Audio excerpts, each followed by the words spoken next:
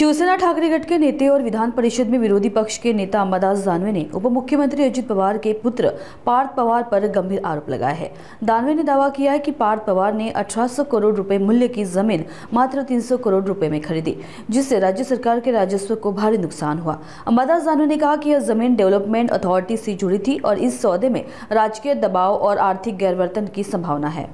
आपली जागा परत नाही, कारण अनेक प्रकल्पासाठी जागा संपादित झालेल्या आहे। रस्त्यासाठी, विविध सिंचनाचे प्रकल्प असते त्याच्यासाठी, कोणी शॉपिंग कॉम्प्लेक्ससाठी, कोणी वेगवेगळ्या जागेसाठी, एज्युकेशन झोन असे अनेक प्रकल्प संपादित झालेले असतात। परंतु मूळ मालकाला हे परत येणं अतिशय दुर्मिळ बाब असते। ही बाब कोरेगाव पार्कसारख्या अतिशय महत्त्वाच्या भागात पुण्यात घडली। त्याप्रकारे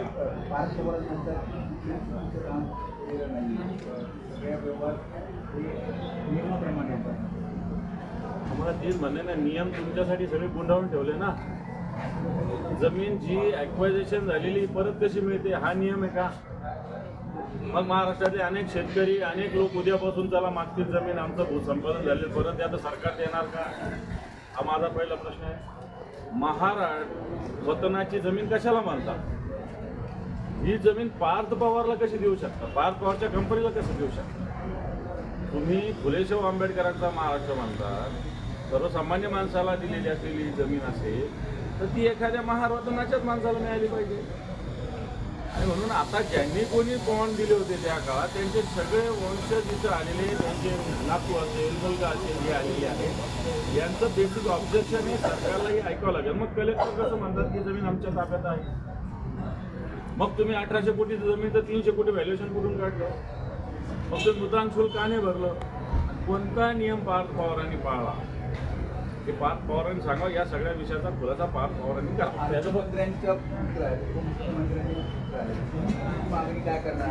कोणाचा पुत्र असला म्हणून नियम कायदे राज्य त्यांच्या नावावर, अजितदादाच्या नावावर महाराष्ट्र राज्याचं PR कार्ड केलेलं आहे। कुठे यावं कोणतंही घ्यावं। पार्थ पवार जर राज्याच्या अर्थमंत्र्याचा पुत्र असेल असावं, त्याच्याविषयी काय प्रश्न नाही। संपत्ती कमावी त्याच्याविषयी काय ऑब्जेक्शन असायचं? मराठी माणसांना अशा कंपन्या स्थापन कराव्या याच्याविषयी काय ऑब्जेक्शन असेल? पण नियम कायदे डावलून मग पार्थ पवाराला जे नियम लागू ते लोकांनी लागा। आम्ही आता आवाहन करतो, ज्याचं भूसंपादन झालं आणि तिथं काहीच काम नाही झालं त्याला जमीन वापस मागा। उद्यापासून अर्ज मागतो, सरकारने 2 दिवसात निर्णय घ्यावा त्याच्यावर, होऊन जावं येतं सर। मग याच्या आधी जर मुद्रांक शुल्क अशाच पद्धतीने जेवढं पार्थ पवाराला सवलत दिली तेवढी सरकारने द्यावी।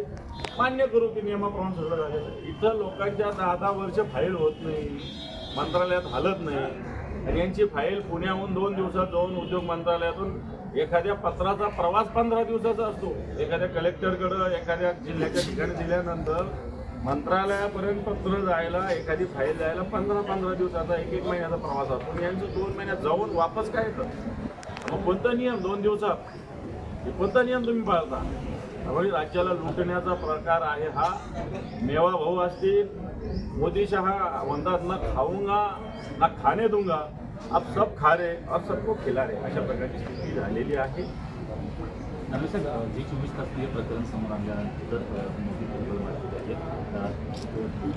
अजित पवार यांच्या राजीनाम्याची मागणी करतात। अजून या प्रकरणाचं डिटेलमध्ये जावं लागेल। पण जर अजितदादाचा राजकीय वापर राजकीय हे केला असेल तर मला असं वाटतं अजितदादासारखी व्यक्ती फार नाकानं कांदे सोलते ना, त्यांना याचं उत्तर द्यावं लागेल।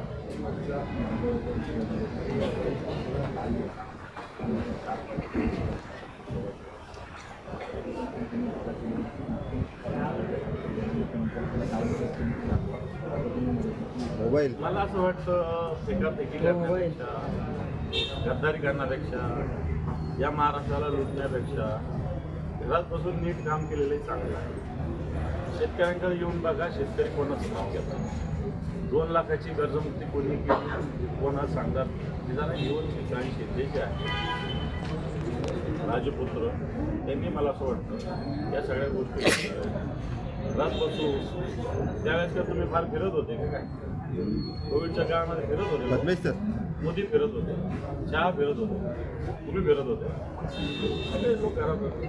मला असं वाटतं वारंवार अशा पद्धतीनं टीका टिप्पणी चुकीचा प्रकार आहे. तो जे ठाकरे ते जनतेचे सर्वसामान्य शेतकऱ्याशी गावागावात बसतात, गावागावात नुसते कार्यक्रम 25 असतील आमचे, त्याच्यापेक्षा 100 गावात ते थांबलेले, 50 लोक असले तरी तिथे त्यांचे थांबलेले, त्यांच्या व्यथा ऐकलेल्या उद्धवजींनी. तेव्हा हा दौरा काय 25 गावाचा आणि मराठवाड्याच्या 8 जिल्ह्याचा नाही, तर जवळपास 50-60 तालुक्यामध्ये 100-150 गावात उद्धवजी थांबणार आहेत. श्रीकांत टीका करायची नेहमीचीच टीका, याचा अर्थ आमचा दौरा जोमलेला. पदाधिकाऱ्यांच्या काल बैठका म्हणजे रोज बैठकांचा घेतलं जाणार आहे आणि स्थानिक पातळीवरच्या मदत ऐकलं जाणार आहे. धाराशिव, लातूर, बीड काय कसं आहे, माननीय उद्धवजी ठाकरेचे पक्ष खरं तर एक खालचं काम करणं आमचं जबाबदार. असं असताना मान्य पक्षप्रमुखासमोर सुद्धा काही बाबी सुस्पष्ट येणं आवश्यक असतं. काल आम्ही लातूर, धाराशिव आणि जिल्ह्याच्या सर्व राज्य सगळ्यात आधी संघटनात्मक आणि नंतर राजकीय विषयाचा आढावा घेतला. शिवसेनेने कशा पद्धतीने लढायचं, कुठं लढायचं, कोणत्या नगरपालिका टार्गेट करायचं याची रणनीती पक्ष मान्य उद्धवजींच्या महाविकास आघाडीसोबतच आम्ही महाविकास आघाडीत, बाकी काही आमची रणनीती नाही. महाविकास आघाडीसोबतच जेवढं पॉसिबल आहे तेवढं महाविकास आघाडीसोबतच राहणार आहे. कुठेही आम्ही कोणत्याही कार्यकर्त्याला बाकी कोणाबरोबरही अलाउड करणार नाही. सत्ताधारी पक्षाचं ह्या 3 पक्ष सोडून कोणाबरोबर आम्ही अलाउड करणार नाही. पण महाविकासाच्या सगळ्या पक्षाबरोबर जावं अशा प्रकारची आमची रणनीती आहे आणि आम्ही तेच जाऊ. खरडून गेलेल्या ज्या मराठवाड्याच्या जमिनी आहेत त्या जमिनीसाठी सरकारनं काय तरतूद केली नाही?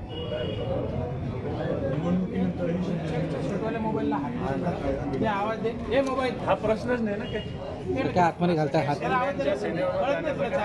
निर्माण होणार नाही. आम्ही त्याच्या बाजूला बसू, पण शिंदे कोणताही प्रश्न निर्माण होणार नाही. इतर पक्षांकडून तयारी केली जाते. गणेश नाईक यांच्यावरती प्रभारी म्हणून जबाबदारी. सर, आपण मराठवाड्याच्या दौऱ्यावर राहू, मुंबईचे प्रश्नही विचारतातच. मूळ प्रश्न इथलं बघा, ह्याचं काय बीडची जबाबदारी पंकजा मुंडेंवरती जबाबदारी. हे मोबाईल भारतीय जनता पार्टी तशी तर संघटनात्मक रचना असताना नवीन प्रभारी का देतात मला हेच कळलं नाही. जसं संघटनेची जी सिस्टीम आहे ती सगळी फॉलो करत असते, त्याला कोणी प्रभारी वगैरे मला असं वाटतं यांनी काय होतं असं मला तरी माहिती. सर, खरडून गेलेल्या जमीन आहेत त्याचं सरकारनं तरतूद केली, पण 1 रुपया त्याच्या सरकारच्या खात्यावर आलेला नाही. पद्मेशच्या संदर्भात बुडलेल्या गावाने वाहून गेले जे बिल आहे ते तरतूद काय सरकारने 3,47,000 घोषणा केली, परंतु ऐकाल का तुम्ही बोला.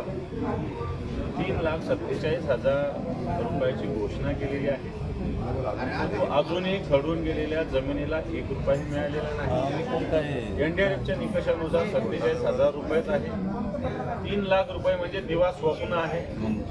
मनरेगाच्या कशा पद्धतीने बीडीओ काम करत नाही, ग्रामसेवक काम करत नाही, ग्रामसेवक रोजगार सेवक काम करत नाही. कारण गावची अनेक गोष्टी त्याच्यात असतात, त्याच्यात कुशल अकुशल अनेक विषय असतात.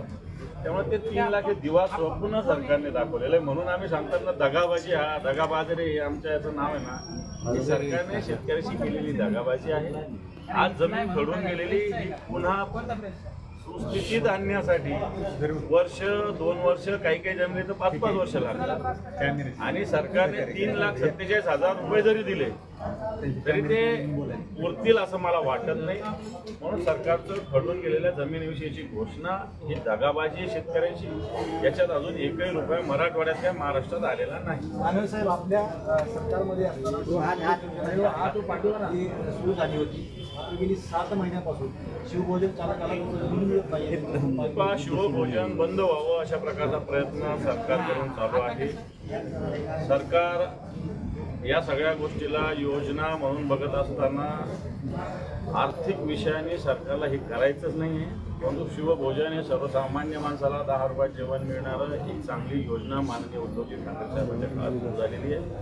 शिवभोजनचे सगळे संचालक आम्हाला वारंवार भेटतात आणि येणार काळात या सगळ्या शिवभोजन चालवणाऱ्या लोकांचं एक आंदोलन तीव्र आम्हाला करावं लागेल आणि यांना न्याय देण्याची भूमिका आमची राहील. पीक विम्याच्या संदर्भात आपलं सरकार होतं त्यावेळेस 4 प्रकारचे नियम होते. त्यामध्ये अग्रिम जर नुकसान झाली तर 50% अग्रिम रक्कम मिळण्याची सोय होती. ते 4च्या 4 त्यांनी नियम पाळले. 4 ट्रिगर होते विम्याचे आणि ते मला वाटतं शेतकऱ्यांसाठी अतिशय योग्य होते. परंतु सरकारने पुन्हा कंपनीचं हित आणि खर्च कमी व्हावं या 2 गोष्टी करून शेतकऱ्या गेल्या चुलीत अशा पद्धतीनं भूमी घेऊन फक्त एकच ट्रिगर ठेवलेले उत्पादन खर्चावर आधारित. आता हे सगळ्यात शेवटचा टप्पा असतो. आता हे नुकसान झालं, जमीन खडून गेली, पिकाचं नुकसान झालं, पीक आलंच नाही, याचं आता काय? आधी काहीतरी नैसर्गिक आपत्ती मिळायचं, अग्रिम मिळायचं आणि एक 4 ट्रिगर होते. सरकार मला वाटतं शेतकऱ्यांच्या हिताचं नाही हेच आम्ही सांगतो या दौऱ्याच्या निमित्तानं. म्हणून हे 4 ट्रिगर सुरू केले पाहिजे ही भूमिका आमची आहे. कर्जमुक्ती झाली पाहिजे ही आमची भूमिका आहे.